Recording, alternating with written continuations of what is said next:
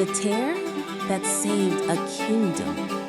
They tell this story in whispers about a kingdom that stood on the edge of destruction, about armies that couldn't be stopped, about magic that had run dry, and about a single tear that changed everything. Let me take you there. The enemy surrounded the capital for 93 days. No food getting in, no hope getting out.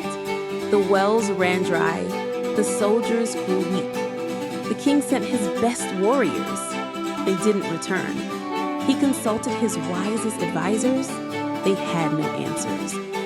Every strategy failed. Every prayer went unanswered.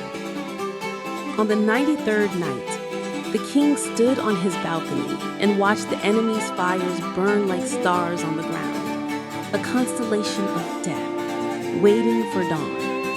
He had failed his people, and tomorrow they would pay the price. That's when he saw her, a little girl in the courtyard below, no more than 6 years old. She was holding a wilted flower, the last one in the kingdom.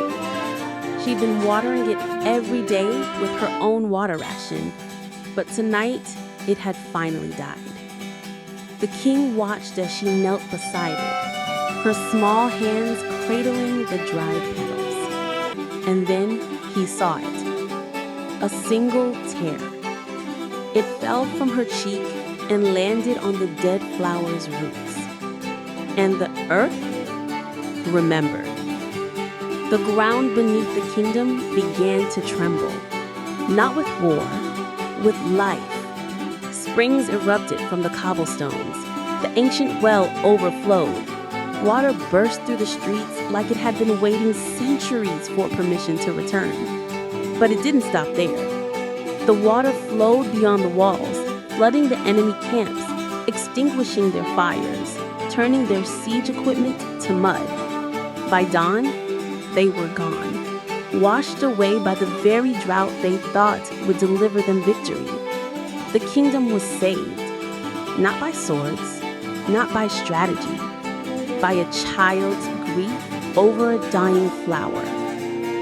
See, the legend says the land had been cursed long ago, cursed to withhold its gifts until someone cared more about a single small life than their own survival.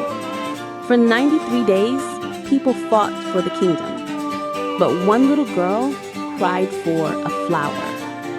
And that was the difference. The tear that saved a kingdom teaches us this.